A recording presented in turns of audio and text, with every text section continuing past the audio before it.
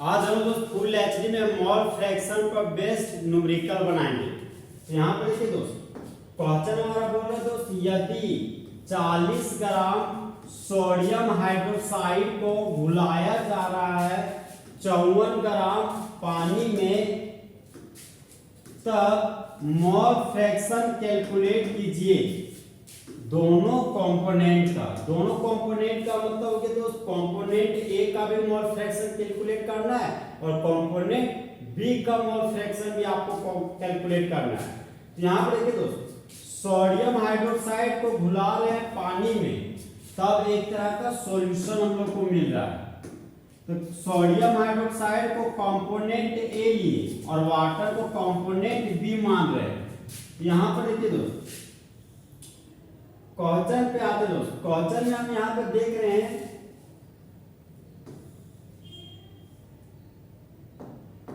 Question में देख रहे हो कि सोडियम हाइड्रोक्साइड 40 ग्राम हमारा सोडियम हाइड्रोक्साइड है।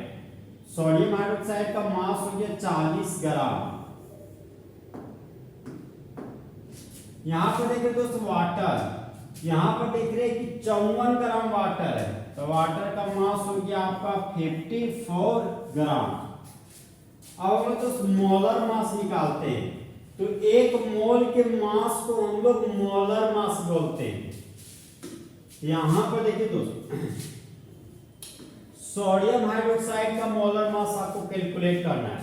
तो मोलर मास का सिंबल हो गया कैपिटल है।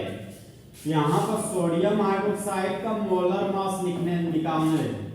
तो सोडियम का एटॉमिक मास 23 हो गया, तो यहां पर लिख दिए 23। ऑक्सीजन का एटॉमिक मास हो गया आपका 60, हाइड्रोजन का एटॉमिक मास हो गया आपका 1। तो 23 और 1 24, 24 और 16 हो गया आपका 40। अब मोलर मास का यूनिट होता है ग्राम में, हो जाएगा आपका 40 ग्राम। यहाँ पर तो सोडियम हाइड्रोक्साइड का मोलर मास आ गया मेरा 40 ग्राम। यहाँ पर सोडियम हाइड्रोक्साइड का मास लिख दिया 40 ग्राम। अब हमको दोस्त वाटर का मोलर मास निकालना है, तो वाटर का मोलर मास निकालने जा रहे हैं। ये हो गया हमारा H2O।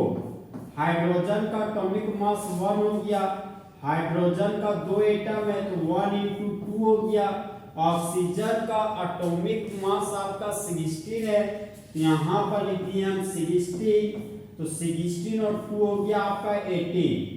और वाटर का मोलर मास निकाल रहे हैं आप, तो मोलर मास एक तरह का बड़ा पार्ट है और बड़ा पार्ट के लिए बड़ा यूनिट का यूज करेंगे, तो मोलर मास का यूनिट हो जाएगा आपका ग्राम में।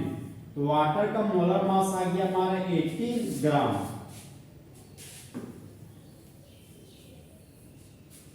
तो यहाँ पर दोस्त वाटर का मोलर मास लिख दिए हम लोग 18 ग्राम। नेक्स्ट हमारा दोस्त नंबर ऑफ मोल। तो हम लोग जानते हैं कि नंबर ऑफ मोल बराबर गिवन मास, नंबर ऑफ मोल बराबर गिवन मास बटा मोलर मास होता है। जब दिया गया मास को मोलर मास से हम लोग डिवाइड करते हैं, तब नंबर ऑफ मोल प्राप्त होता है। तो इसी फॉर्मूला को यूज अभी हम लोग करेंगे। तो यहाँ पर देखिए दोस्त, नंबर ऑफ मोल निकालना है, तो दिया गया मास हमारा 40 ग्राम है। दिया गया मास आपका 40 ग्राम है, तो यहाँ पर लिख दिया हम 40 ग्राम। और मोलर मास हमारा 40 ग्राम है, तो यहाँ पर भी लिख दिया 40 ग्राम। ऊपर में ग्राम, नीचे में ग्राम, तो ग्राम ग्राम आपका राम राम हो गया। 40 से कम 40, तो यहाँ पर आ गया हमारा 1 मोल। वाटर का हमको निकालना नंबर ऑफ मोल, तो नंबर ऑफ मोल बराबर हो गया गिवन मास। दिया गया मास 54 ग्राम है, यहाँ पर लिखिए 54 ग्राम। और वाटर का मोलर मास आपका 18 ग्राम है, यहाँ पर बट्टा में लिख दिए 18 ग्राम।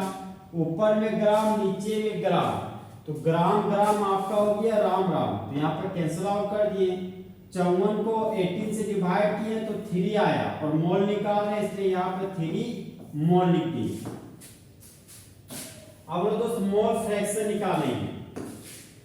तो मोल फ्रैक्शन कंपोनेंट ए का निकालने जा रहे हैं। ये हो जाएगा हमारा number of mole of A component बटा number of mole of A component and number of mole of B component.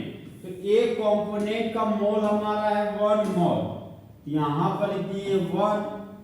A component का मोल 1 मोल है, यहाँ पर लिख दिए 1 मोल। और बी कंपोनेंट का मोल है 3 मोल, तो यहाँ पर लिख देंगे दोस्त 3 मोल।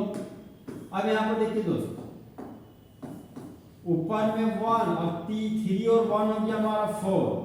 तो जब 1 को 4 से डिवाइड करते हैं ना तब 0.25 प्राप्त होता है। तो ये हो गया हमारा 0.25। तो मोल फ्रैक्शन कंपोनेंट का आ गया हमारा 0.25। अब लोग दोस्त मोल फ्रैक्शन हम लोग कंपोनेंट बी का निकालते हैं। तो mole fraction of component B बराबर हो गया दोस्त number of mole of B component बटा number of mole of A component and number of mole of B component.